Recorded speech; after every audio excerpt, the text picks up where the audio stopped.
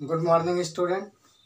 जैसा कि आज हम बात करेंगे क्लास 9th के स्टूडेंट के लिए फिजिक्स में फर्स्ट चैप्टर आपका समाप्त हो गया, न्यूमेरिकल भी सारे समाप्त हो गए हैं।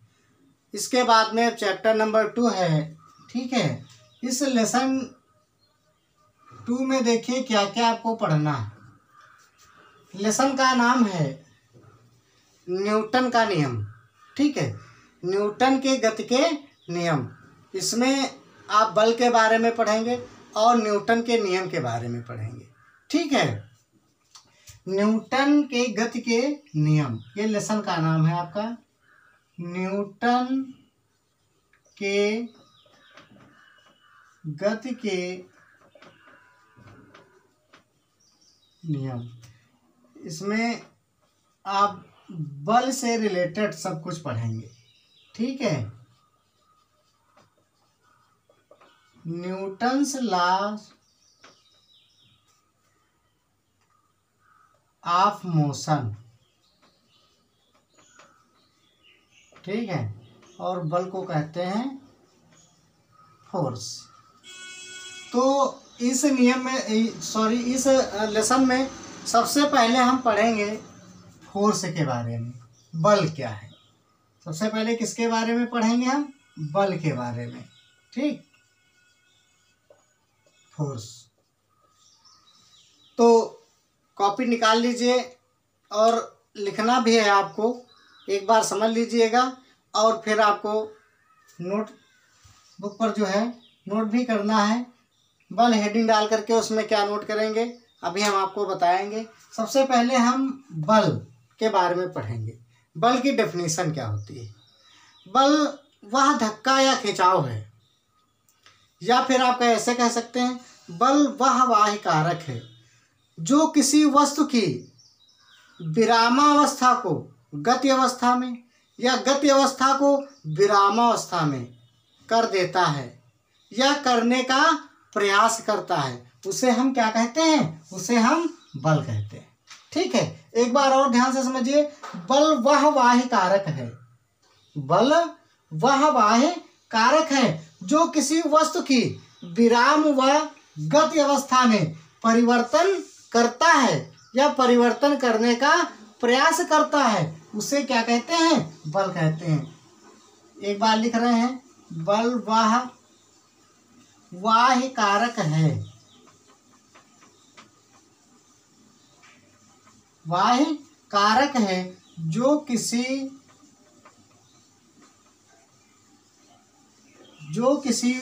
वस्तु की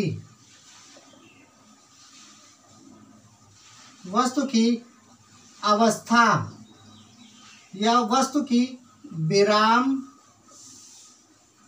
व गति अवस्था में परिवर्तन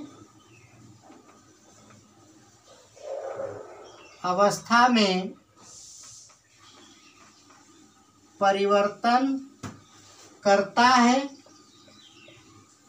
या परिवर्तन करने का प्रयास करता है, उसे बल कहते हैं।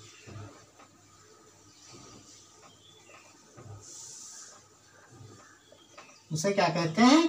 बल कहते हैं। बल वह बाह्य कारक है जो किसी वस्तु की विराम व गति अवस्था में परिवर्तन करता है। देखिए, कोई वस्तु जा रही है, ठीक है। मान लीजिए आप साइकिल से जा रहे हैं, ठीक। तो आपकी ये गति अवस्था हुई और कोई बल लगा करके पीछे से खींच ले, तो साइकिल थी गति अवस्था में, लेकिन जब आप विपरीत दिशा में बल लगाएंगे तो साइकिल क्या हो जाएगी? रुक जाएगी, ठीक है।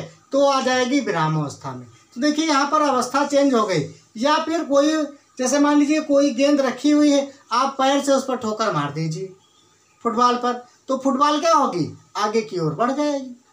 तो फुटबॉल थी विराम अवस्था में, वह किस में हो गई? गति अवस्था में, ठीक है। तो वही कह रहा है, वस्तु की विराम व गति अवस्था में परिवर्तन कर देता है। वस्तु अगर विराम अवस्था में है और आप उस पर बल लगाएंगे तो वह गति अवस्था में हो जाएगी। यदि वस्तु गत अवस्था में है और आप उस पर बल लगाएंगे तो क्या होगा, वो विराम अवस्था में हो जाएगी।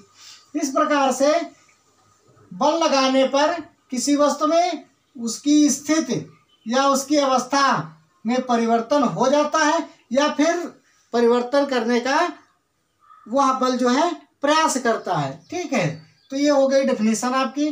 बल वह बाह्य कारक है जो किसी वस्तु की विराम व गति अवस्था में परिवर्तन करता है या परिवर्तन करने का प्रयास करता है, उसे क्या कहते हैं, बल कहते हैं। Force is the external factor, force is the external factor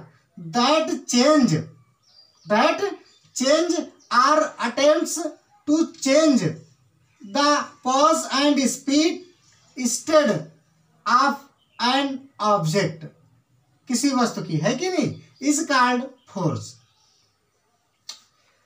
तो बल वह बाह्य कारक है जो किसी वस्तु की विराम व गति अवस्था में परिवर्तन करता है या परिवर्तन करने का प्रयास करता है, उसे क्या कहते हैं, बल कहते हैं। ठीक है, अब इसके बाद में पढ़ेंगे आप बल के प्रकार। ठीक है, बल दो प्रकार के होते हैं, पहला है आपका संतुलित बल और दूसरा है आपका असंतुलित बल। पहला क्या है, संतुलित बल और दूसरा आपका है असंतुलित बल। बल के प्रकार। ठीक है, बल दो प्रकार के होते हैं, बल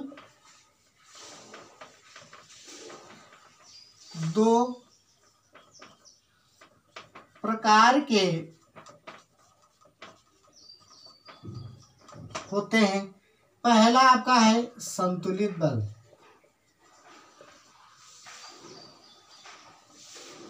ठीक है, जिसको हम कहते हैं बैलेंस्ड फोर्स।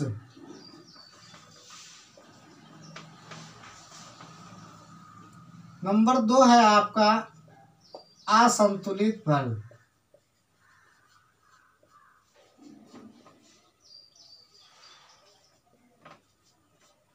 ये हो जाएगा अनबैलेंस्ड।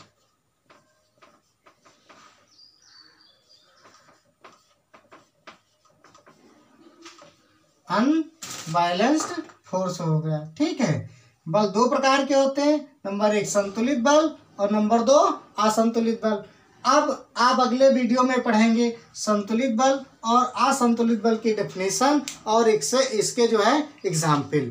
ठीक है, और इसको यहाँ तक जो है आप फिर कॉपी पर इसको नोट कर लीजिएगा। कल हम आपको पढ़ाएंगे नेक्स्ट वीडियो में संतुलित बल की डेफिनेशन और फिर असंतुलित बल की डेफिनेशन और दोनों के एग्जाम्पल होंगे। धन्यवाद।